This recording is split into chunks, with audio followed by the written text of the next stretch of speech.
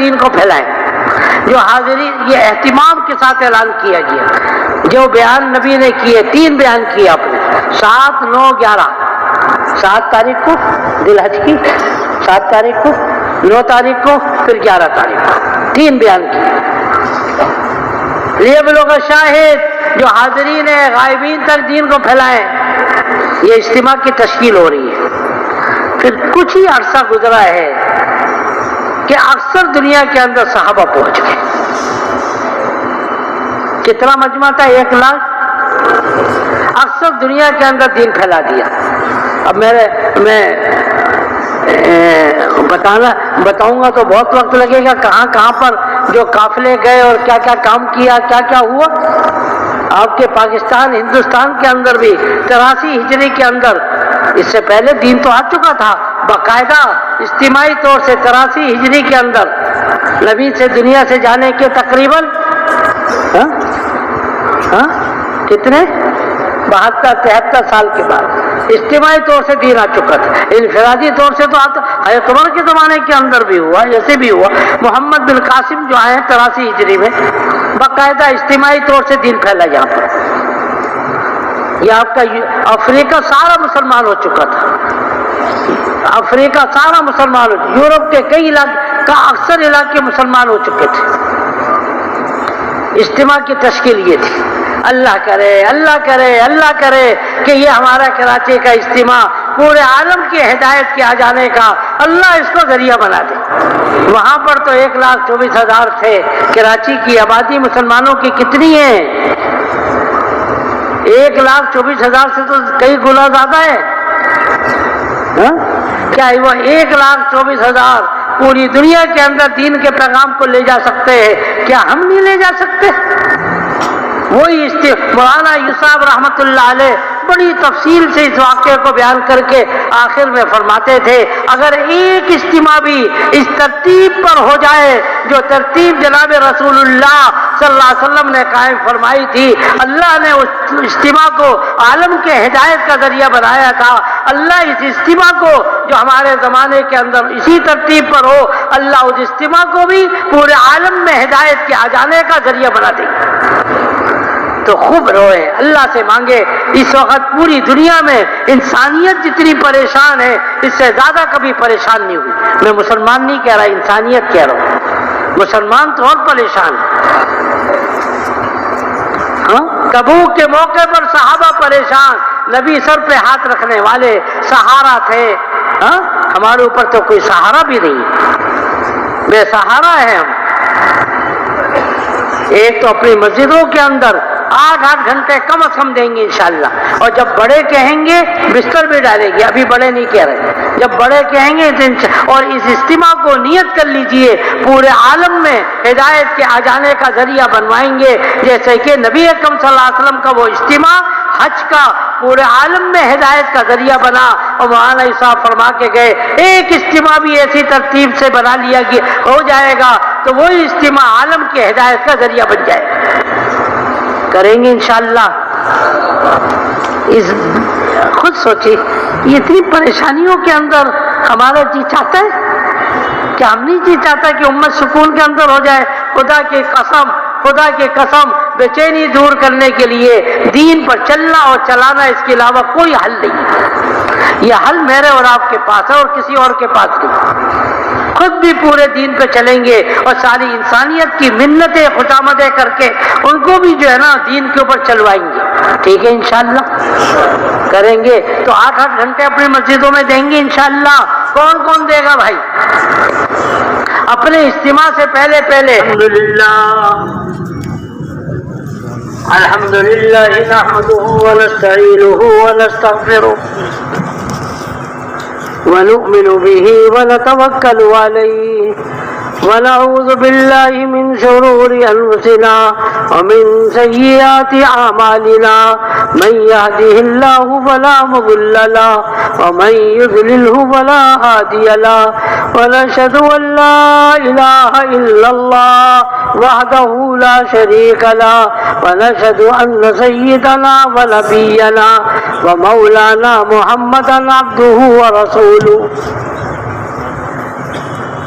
صلی اللہ تعالی علی خیر خلقہ محمد وآلہ واصحابہ اجمعین اما بعد واعوذ باللہ من الشیطان الرجیم بسم اللہ الرحمن الرحیم هل أتى على الإنسان حين من الدهر لم يكن شيئا مذكورا إنا خلقنا الإنسان من نطفة أمشاج نبتليه فجعلناه سميعا بصيرا إنا هديناه السبيل إما شاكرا وإما كفورا وقال الله تبارك وتعالى ومن يعمل مثقال ذرة خيرا يرى ومن يعمل مثقال ذرة شرا يرى وقال الله تبارك وتعالى ومن أحسن قولا ممن دعا إلى الله وعمل صالحا وقال إنني من المسلمين وقال النبي صلى الله عليه وسلم بلغوا عني ولو آية وقال النبي صلى الله عليه وسلم تعلموا الفرائض والقرآن وعلموا الناس فإني مغبوط صدق اللہ. اللہ جل شانہ نے ہم سب پر بے شمار انعامات فرمائے. اور اس میں سے ایک انعام یہ ہے کہ اللہ نے ہم سب کو جناب رسول اللہ صلی اللہ علیہ وسلم کی امت میں پیدا فرمایا. مجھے اور آپ کو احساس نہیں کہ اس امت میں پیدا ہونا کتنی بڑی نعمت اور کتنا اللہ کا کرم ہوا ہمارے اوپر. کوئی وجہ تو تھی کہ حضرت موسیٰ علیہ السلام ہاتھ اٹھا کے دعا مانگ رہے اے اللہ مجھے وہ امت دے دے, نہیں دیتا تو مجھے اس امت ہی میں پیدا کر دے. عیسیٰ علیہ السلام دعا مانگ رہے ہیں اے اللہ اس امت پہ مجھے پیدا فرما دے. اللہ نے موسیٰ علیہ السلام کی دعا قبول نہیں کی مگر عیسیٰ علیہ السلام کی دعا قبول ہو گئی. قیامت کے قریب حضرت عیسیٰ علیہ السلام تشریف لائیں گے اور امت محمدیہ کا ایک فرد ہو کر زندگی گزاریں گے. انجیل نہیں پڑھیں گے بلکہ قرآن پڑھیں گے. انجیل کی دعوت نہیں دیں گے بلکہ قرآن کی دعوت دیں گے, کیونکہ نبی جی کے دنیا کے اندر آنے کے بعد اللہ کی طرف سے صاف اعلان ہو گیا وَمَن يَبْتَغِي غَيْرَ الْإِسْلَامِ دِينًا فَلَن يُقْبَلَ مِنْهُ وَمَن يَبْتَغِي غَيْرَ الْإِسْلَامِ دِينًا فَلَن يُقْبَلَ مِنْهُ. جو دین اسلام سے ہٹ کر زندگی گزاریں گے اللہ ہرگز ان کی طرف سے اس مذہب کو قبول نہیں فرمائیں گے. اب تو قیامت تک نبی اکرم صلی اللہ علیہ وسلم کا ہی مذہب چلے گا. عیسیٰ علیہ السلام آئیں گے تو وہ بھی امت محمدیہ کا فرد بن کر انہی کے احکامات پر چل کے زندگی گزاریں گے. تو کتنی بڑی سعادت ہے میرے اور آپ کے اوپر کہ اللہ نے مجھے اور آپ کو بغیر مانگے اللہ نے اتنی بڑی دولت عطا فرما دی.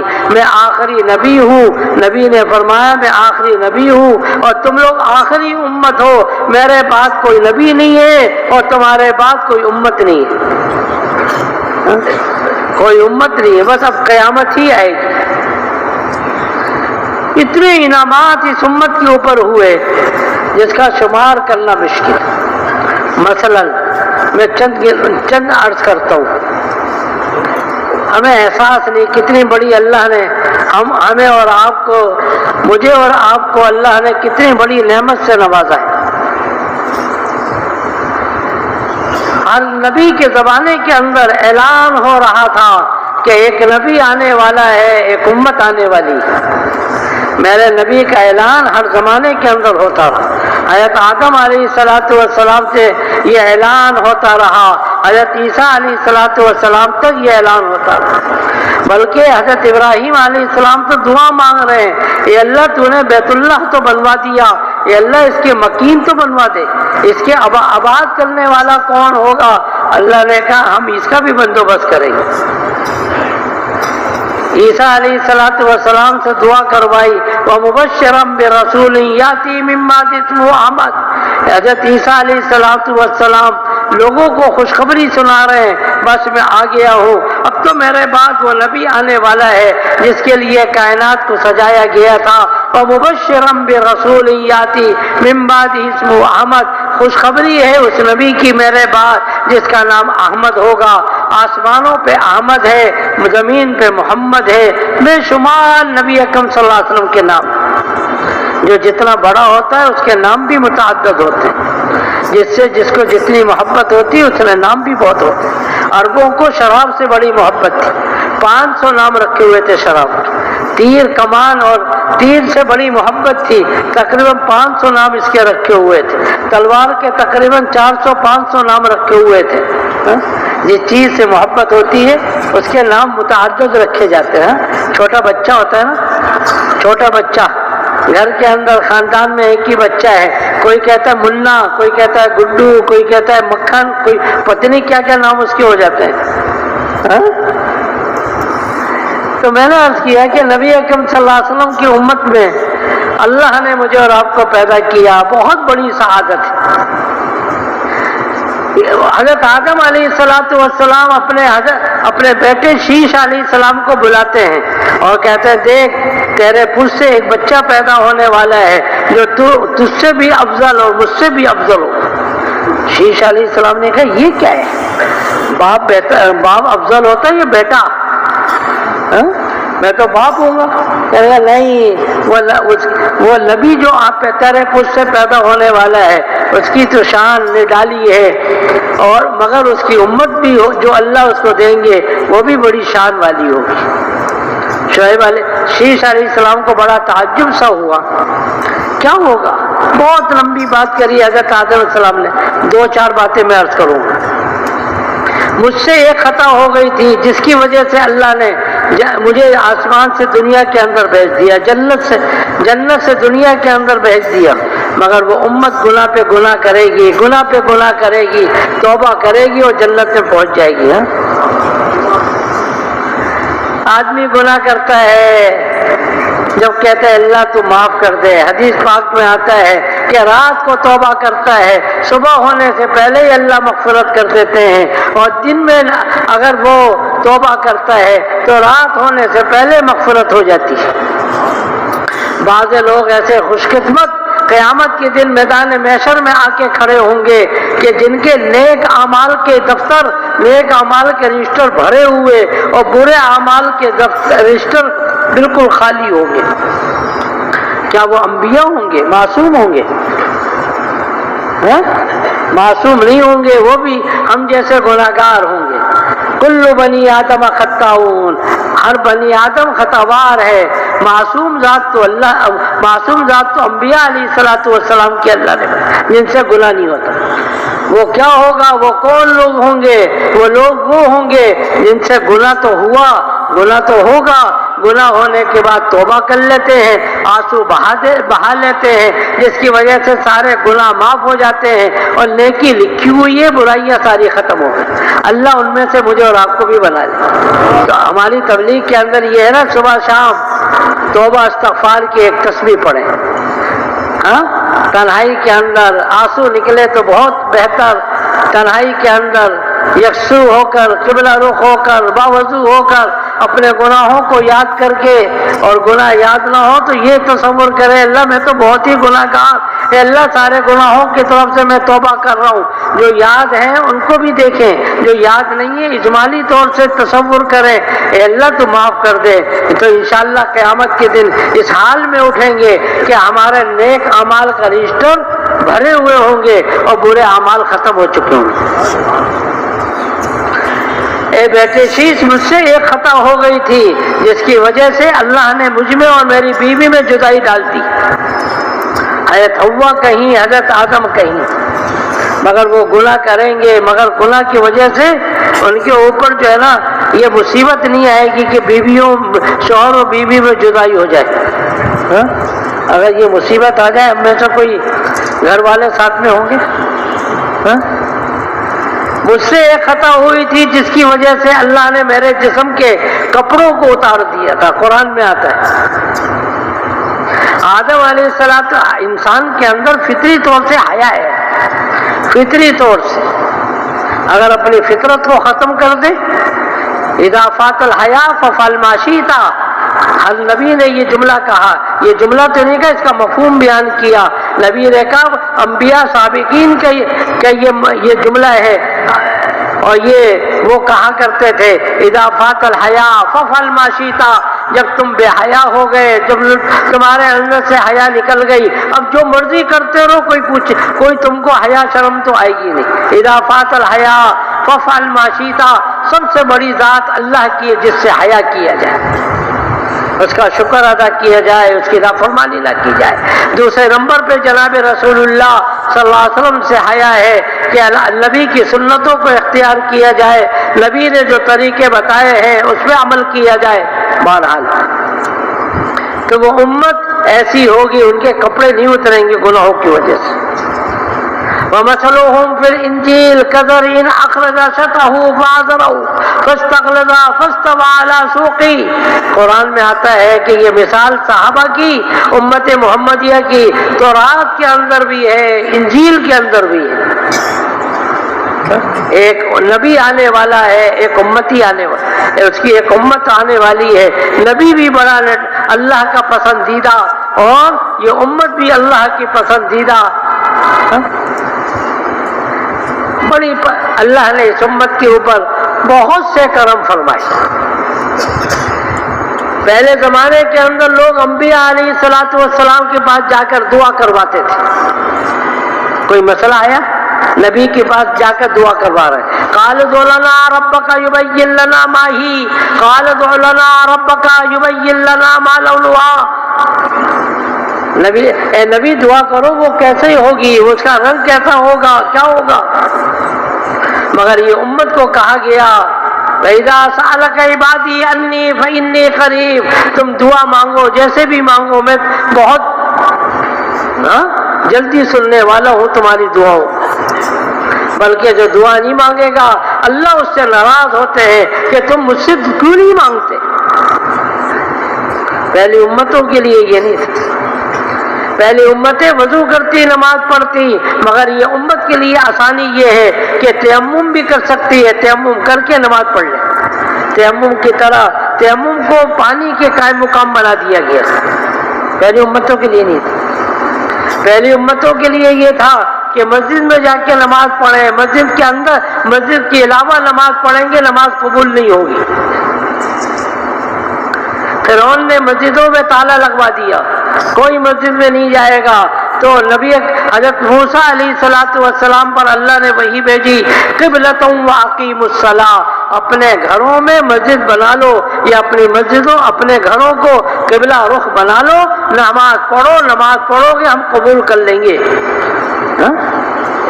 یہ امت کے لیے تو یہ ہے کہ جنگل میں کوئی اذان دے کر نماز پڑھتا ہے 50 نمازوں کا ثواب ملے گا، چل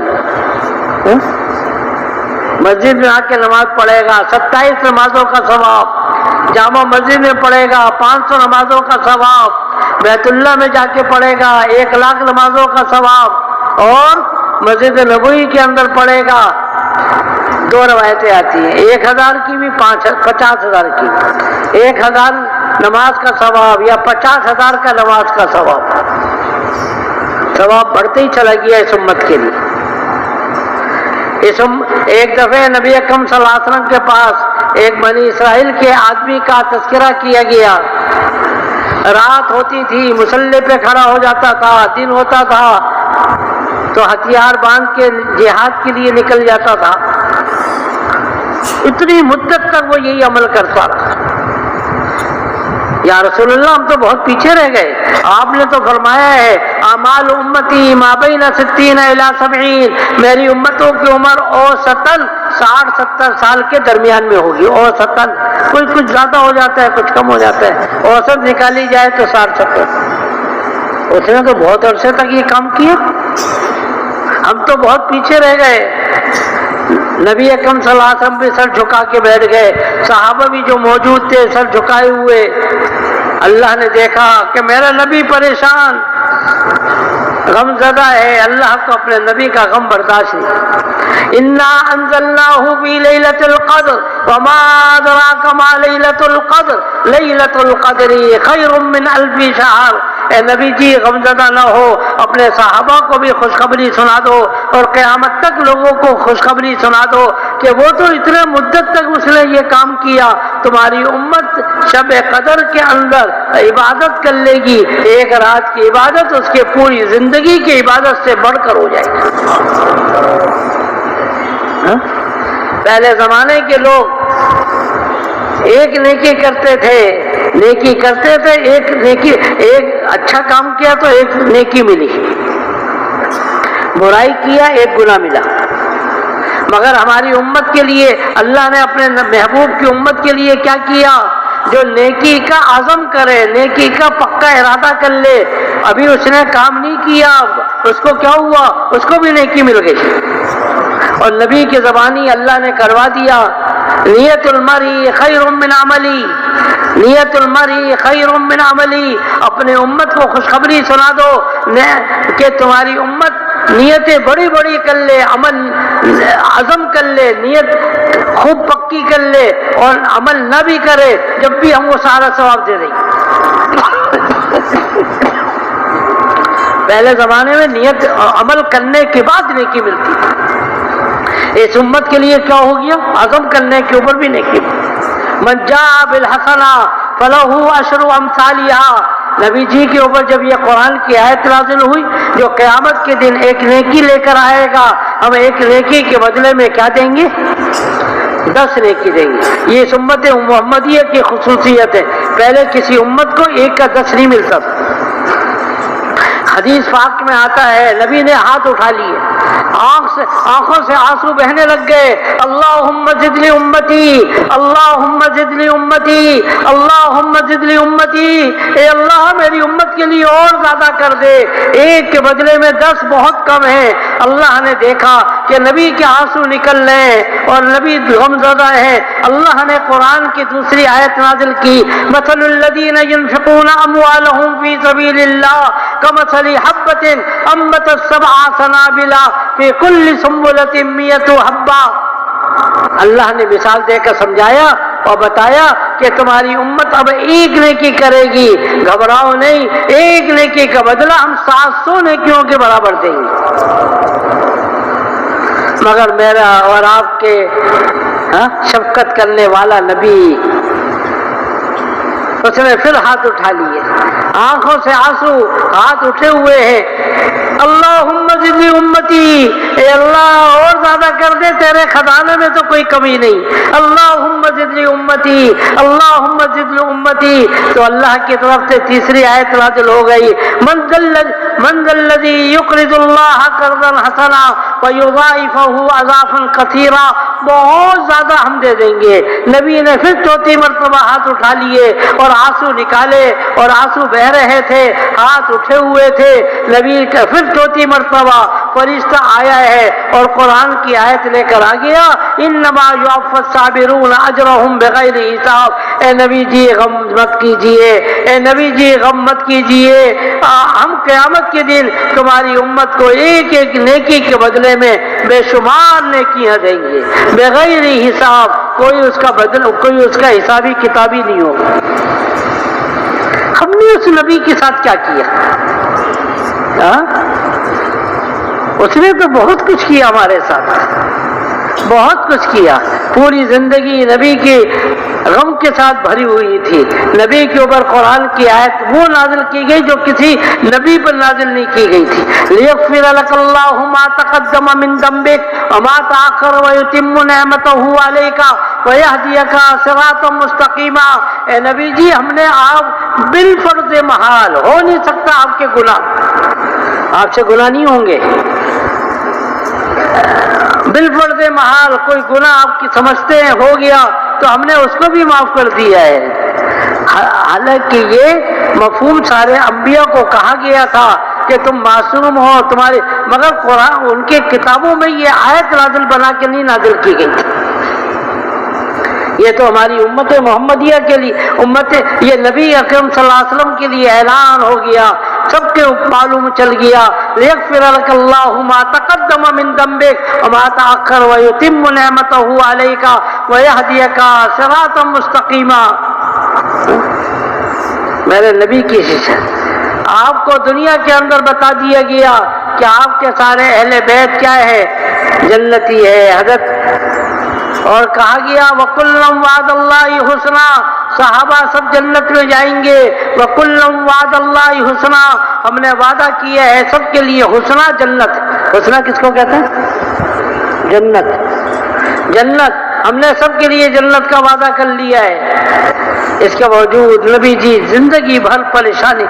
کوئی سیرت لکھنے والا اپنی سیرت میں جب یہ جملہ نہیں لکھتا تو اس کو کہا جاتا ہے تمہاری سیرت مکمل نہیں. کون سا جملہ ہے؟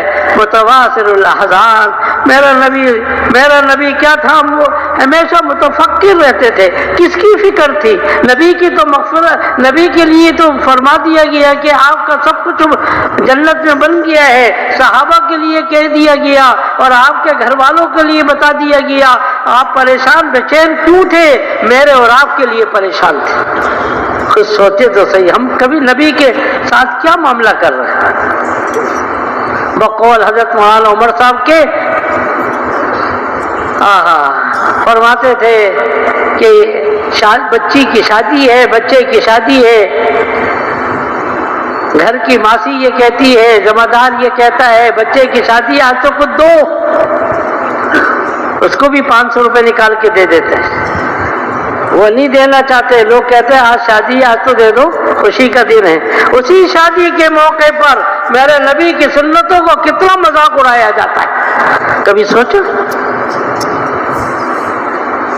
ایسے لوگوں کا خیال رکھا گیا مگر میرے نبی کی سنتوں کو کبھی خیال رکھا؟ فرماتے تھے کہ میرے نبی کو ابو جہل نے، ابو لہب نے دھکے دیے. آج ہم مسلمان ہو کر نبی کی سنتوں کو دھکا دے دے کر اپنے گھروں سے نکالتے. ہمارے گھر پہ یوں نہیں، یوں بنے گا، امریکن کچن بنے گا. مولانا احسان صاحب مدد اللہ علی مدینہ منورہ گئے، گشت کرتے ہوئے ایک جگہ پر پہنچے، کارپینٹروں کی جگہ پر. یہ کیا ہے؟ امریکن کچن ہے. یہ کیسا؟ یہ کیا ہے؟ یہ برطانین کچن ہے. مولانا نے آخر میں روتے ہوئے کہا کہ محمدی کچن کہاں ہے؟ ہم اپنے گھروں کے نقشے کو دیکھیں. کیا ہمارے گھروں پہ سنتوں کا خیال؟ وہ نبی جس نے رو رو کر ہمارے لیے، میرے بھائی کہاں ہے؟ صحابہ کہہ رہے ہیں ہم آپ کے بھائی ہیں.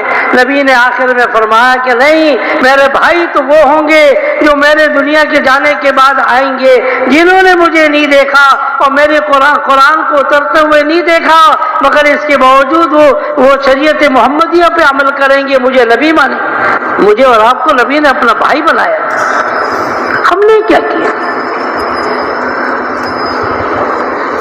تو بھائیوں میں عرض کروں گا کہ اللہ کا سب سے زیادہ محبت کرنے والے اللہ ہے، اور دوسرے نمبر پہ محبت کرنے والا کون؟ جناب رسول اللہ صلی اللہ علیہ وسلم.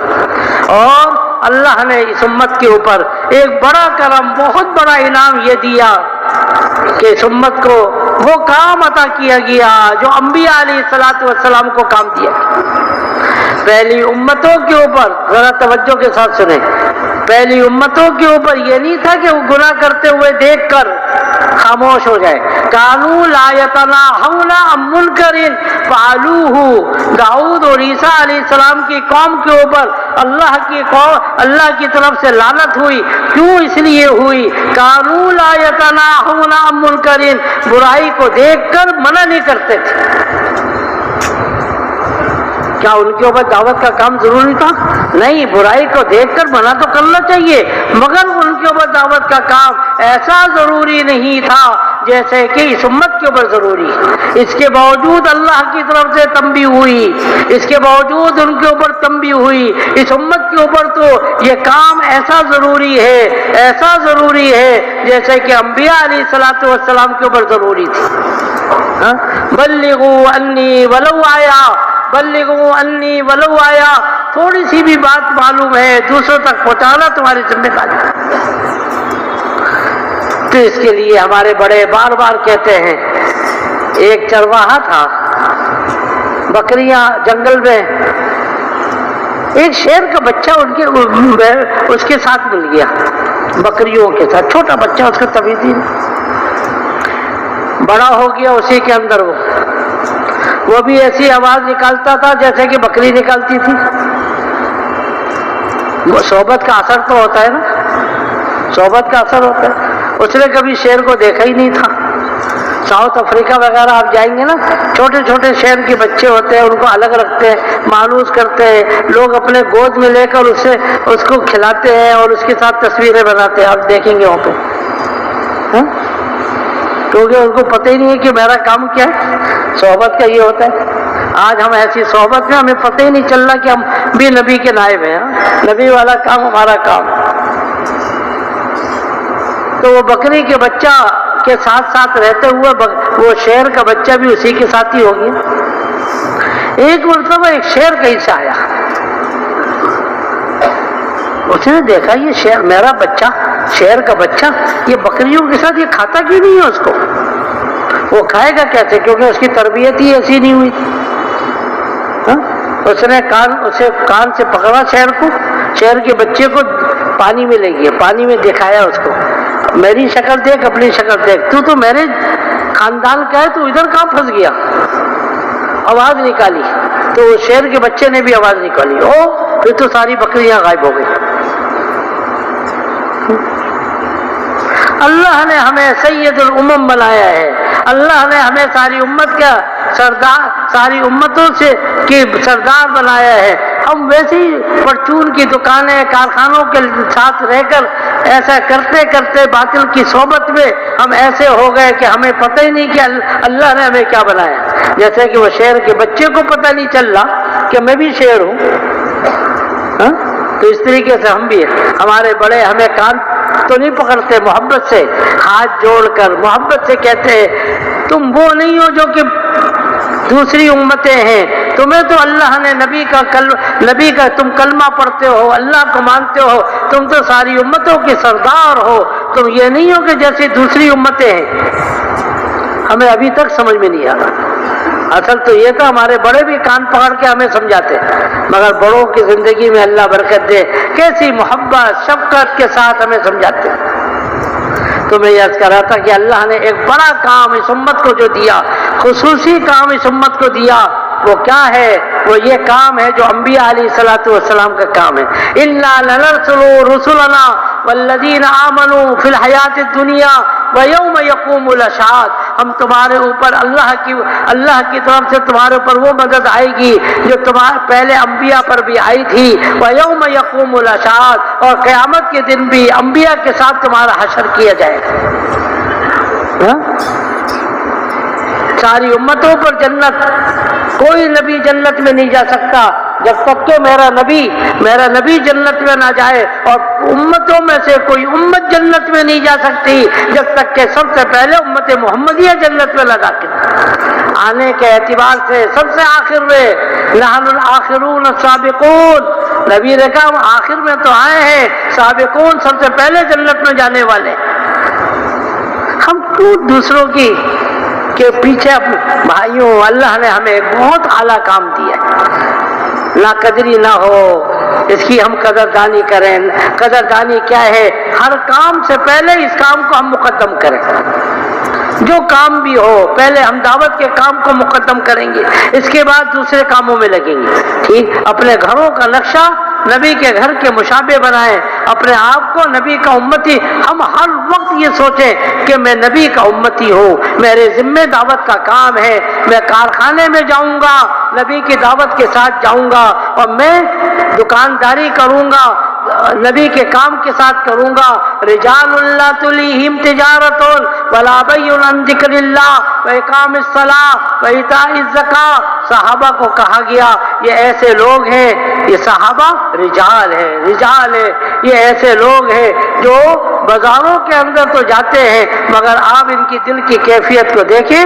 ان کا دل کی کیفیت کیا ہے؟ آخرت کے اعتبار سے یخافون ربهم, آخرت کے اعتبار سے آخرت کی طرف متوجہ رہتی ہے. سامنے گاہک کھڑے ہیں, گاہک کی طرف توجہ نہیں, آخرت کی طرف توجہ, اللہ کے خوف ان کے دل کے اندر. تو بھائیوں, ایک درخواست یہ تھی کہ اللہ نے ہمیں بہت اونچا کام دیا.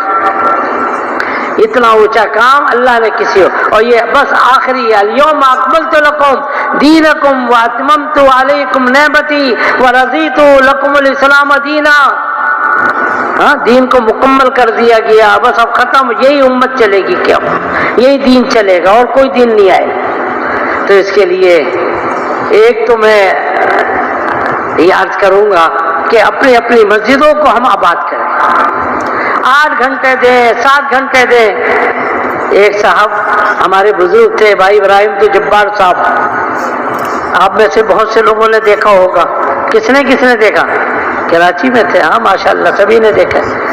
ایک دفعہ ممبر پہ رونے لگے، کہنے لگے کہ لوگ پوچھتے ہیں کہ 8 گھنٹہ دینا، ہاں کیا یہ کوئی جائز ہے؟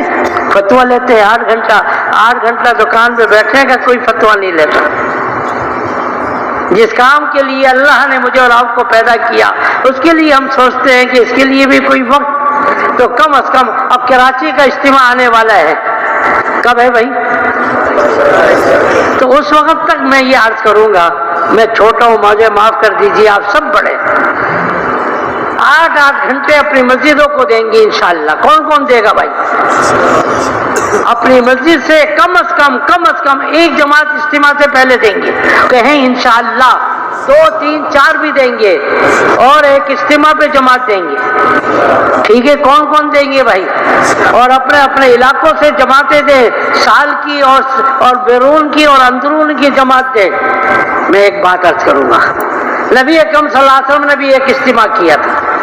بات ختم کروں گا، یہ کہہ رہے 7 بجے تک ختم کروں گا. نبی اکرم صلی اللہ علیہ وسلم نے کا اجتماع ہوا، کہاں ہوا، کب ہوا، میں تھوڑا سا پس منظر بتاؤں. جماعت جب اجتماع ہوتا ہے، بڑے لوگ کہتے ہیں کہ محنتیں کرو اپنے علاقوں میں، دوسرے شہروں سے جماعت آتی ہے آپ کے علاقے میں. اس وقت بھی تقریباً 200 کے قریب ہمارے کراچی کے اندر جماعتیں ہیں. اجتماع ہے. مصعب ابن عمیر کو نبی نے مکے سے بھیجا مدینے کے اندر محنت کرنے کے لیے، ابھی آپ نہیں آئے. اجتماع میں یہی تو ہوتا ہے، جماعتیں پہلے آتی ہیں.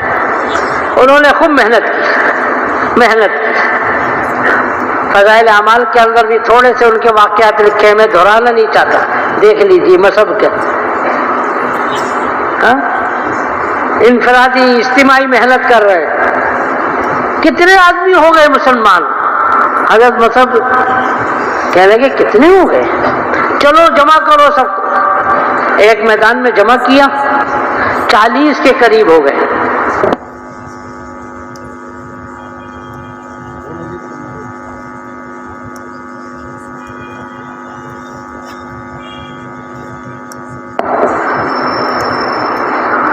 جمع کیا سب کو، وہ بہت خوش ہوئے کہنے لگے 40 لوگ مسلمان ہو گئے. کتنے؟ ابھی نبی مکے مدینے میں نہیں آئے، مکے سے. کتنے آدمی ہو گئے؟ 40 ہو گئے. بھائی ان کی تو دعوت ہونا چاہیے. ان کی دعوت کی گئی، کھانا پکایا گیا. شکرانے کے 2 رکعت پڑھنا چاہیے بھائی، شکرانے کی 2 رکعت بھی پڑھائی. اللہ کی شان. وہ جمعے کا دن تھا. کیا تھا؟ بولیے کون سا دن تھا؟ میرے نبی کے اوپر وحی آئی. ہم نے عیسائیوں کو کہا عبادت کا ایک دن مقرر وہ کرو جو ہم چاہتے ہیں، مگر انہوں نے اتوار کا دن پسند کر لیا جو ہم نہیں چاہتے. یہودیوں کو کہا گیا کہ تم وہ دن پسند کرو جو ہم چاہتے ہیں عبادت کا، انہوں نے ہفتے کا دن پسند کر لیا جو ہم نہیں چاہتے تھے. مگر امت محمدیہ نے وہ دن پسند کیا جو ہم چاہتے ہیں. حضرت مصعب نے کیا کیا؟ جمعے کے دن 2 رکعت شکرانے کی پڑھائی. وہ جمعے کا دن تھا. مگر اللہ کی شان بہت جلدی ان کا انتقال ہو گیا تھا. ان کی زیادہ بات سامنے ہے تو کتابوں کے اندر ہے. محنت کی انہوں نے، مدینے کے اندر جا کے محنت کی. جماعتیں ہماری کراچی میں بولیے محنت کر رہی ہے. جن علاقوں کے اندر جماعتیں ہیں ان جماعتوں سے خود کام لیں. کن مسجدوں کے اندر جماعتیں ہیں بھائی؟ 200 مسجد جماعتیں ہیں ہماری کراچی میں ماشاءاللہ. تو ان کے ساتھ خوب لگے، محنت کریں. اور نقد جماعت نکالیں. وہاں الیاس صاحب رحمۃ اللہ علیہ فرماتے تھے جماعت سے جماعت نکالنا یہ ہماری تبلیغ کی بنیاد ہے. اجتماعات کر کے جماعتیں نکلنا یہ میں نہیں کہہ رہا غلط ہے، مگر یہ تو ہے کہ جو ہے نا جماعت آئی تو جماعت سے جماعت نکالے. سے روزے کی جماعت نہیں، چلے تین چلے کی جماعت نکالیں گے. ہر مسجد والے اجتماع سے پہلے جماعت دیں گے، کہیں انشاءاللہ ان جماعتوں کو استعمال کریں اور 8-8 گھنٹے اپنی مسجدوں میں کم از کم اجتماع تک تو ضرور دیجیے. یہ اجتماع تک کی ہماری دعوت نہیں ہے. قل انا صلاتی و نسکی ومحیایا ومماتی للہ رب العالمین. قرآن کی تشکیل ہے، یہ یاد رکھیے. امت محمدیہ کی تشکیل اللہ نے کی ہے. 4 مہینے 40 دن، یہ تو ہمیں اس تشکیل پہ لانے کے لیے یہ ہمارے بڑے کہتے ہیں، ورنہ ہماری تشکیل اللہ کی طرف سے کیا ہوئی ہے. انا صلاتی و نسکی ومحیایا ومماتی للہ رب العالمین. زندگی اور موت سب کا سب اللہ کے لیے. زندگی بھر کام کریں گے اور موت بھی ایسی حالت میں آئے کہ ہم دین پھیلاتے ہوئے دنیا سے رخصت ہو رہے ہوں. ٹھیک ہے انشاءاللہ. تو 8-8 گھنٹے کون دیں گے بھائی؟ اپنی مسجدوں میں جا کے بھولیں گے تو نہیں. تو ایک اجتماع میں کہہ رہا تھا کہ مدینہ ہوا، پہلے اس کی محنت ہوئی جیسے کہ محنت ہو رہی ہے. پھر اس کے بعد نبی اکرم صلی اللہ علیہ وسلم تشریف لے گئے. مکے کے اندر آپ نے محنت کی، آس پاس محنت کی. 25 مرتبہ یا 27 مرتبہ علماء کے بقول اب آگے پیچھے گئے جماعتوں کو لے کر. کبھی لڑائی کی نوبت آئی، کبھی نہیں بھی آئی. کئی موقع پر لڑائی کی نوبت نہیں آئی. حجاز مقدس کے اندر نبی اکرم آگے پیچھے علاقوں کے اندر تشریف لے گئے اور صحابہ کو تقریباً 150 مرتبہ جماعتیں بنا کر بھیجی. کتنی مرتبہ؟ یہ مولانا عیسیٰ فرماتے تھے. کچھ لوگوں نے کوئی اختلاف بھی کیا، علماء بیٹھے ہوں گے کہ جی فلاں کتاب میں یہ لکھا ہے فلاں میں. میں مولانا عیسیٰ کی بات میں کل کر رہا ہوں، بڑے آدمی تھے، ان کا علم بڑا تھا. تو 25-27 مرتبہ خود گئے. پھر اس کے بعد کیا کیا؟ بولو. صحابہ کو بھیجا آگے پیچھے. پھر اس کے بعد آپ نے اعلان کیا چلو حج کے لیے اجتماع ہوگا. حج پہ لے گئے. مدینہ منورہ سے نکلنے والے قافلے کی تعداد 10,000. کتنے تھی؟ آگے پیچھے سے قافلے ملتے رہے. نبی نے اعلان کر دیا تھا، لوگ ملتے رہے. جب عرفات کے میدان میں پہنچے ہیں، محتاط اندازہ یہ تھا کہ 1,24,000. کوئی کہتا ہے 2 لاکھ تھے، کوئی کہتا ہے، کیونکہ گنتی تو باقاعدہ ہوئی نہیں تھی. اندازہ ہے جیسے یہ مجمع ہے، اگر یہاں پہ 10 آدمی کھڑے ہو کے اندازہ لگائے تو میں کہوں گا 10 کے 10 کا اندازہ اپنا ہوگا. تو ہر ایک صحابی کا جس نے بھی اندازہ لگایا، مگر اکثر صحابہ کا انداز 1,24,000 تھے. اس سے علاوہ بھی بہت سے صحابہ تھے جو وہاں پہ نہیں پہنچ پائے. نبی نے وہاں پر خصوصیت کے ساتھ اعلان کیا، صرف عرفات میں نہیں، مینا کے اندر بھی کیا. کیا کیا؟ لیبلغ الشاہد منکم الغائب. جو حاضرین ہیں غائبین تک دین کو پھیلائیں. جو حاضرین، یہ اہتمام کے ساتھ اعلان کیا گیا. جو بیان نبی نے کیے، 3 بیان کیے آپ نے، 7, 9, 11. 7 تاریخ کو ذی الحج کی، 7 تاریخ کو، 9 تاریخ کو، پھر 11 تاریخ کو 3 بیان کیے.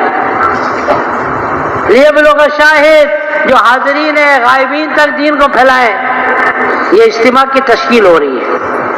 پھر کچھ ہی عرصہ گزرا ہے کہ اکثر دنیا کے اندر صحابہ پہنچ گئے. کتنا مجمع تھا؟ 1 لاکھ. اکثر دنیا کے اندر دین پھیلا دیا. اب میں بتاؤں گا تو بہت وقت لگے گا کہاں پر جو قافلے گئے اور کیا کیا کام کیا، کیا ہوا. آپ کے پاکستان ہندوستان کے اندر بھی 83 ہجری کے اندر، اس سے پہلے دین تو آ چکا تھا باقاعدہ اجتماعی طور سے. 83 ہجری کے اندر نبی سے دنیا سے جانے کے تقریباً کتنے 72-73 سال کے بعد اجتماعی طور سے دین آ چکا تھا. انفرادی طور سے تو حضرت عمر کے زمانے کے اندر بھی ہوا، ایسے بھی ہوا. محمد بن قاسم جو آئے ہیں 83 ہجری میں، باقاعدہ اجتماعی طور سے دین پھیلا یہاں پر. یہ آپ کا افریقہ سارا مسلمان ہو چکا تھا، افریقہ سارا مسلمان ہو چکا، یورپ کے کئی علاقے کا اکثر علاقے مسلمان ہو چکے تھے۔ اجتماع کی تشکیل یہ تھی، اللہ کرے اللہ کرے اللہ کرے کہ یہ ہمارا کراچی کا اجتماع پورے عالم کی ہدایت کے آ جانے کا اللہ اس کو ذریعہ بنا دے۔ وہاں پر تو 1,24,000 تھے، کراچی کی آبادی مسلمانوں کی کتنی ہے؟ 1,24,000 سے تو کئی گنا زیادہ ہے۔ کیا وہ 1,24,000 پوری دنیا کے اندر دین کے پیغام کو لے جا سکتے ہیں؟ کیا ہم نہیں لے جا سکتے؟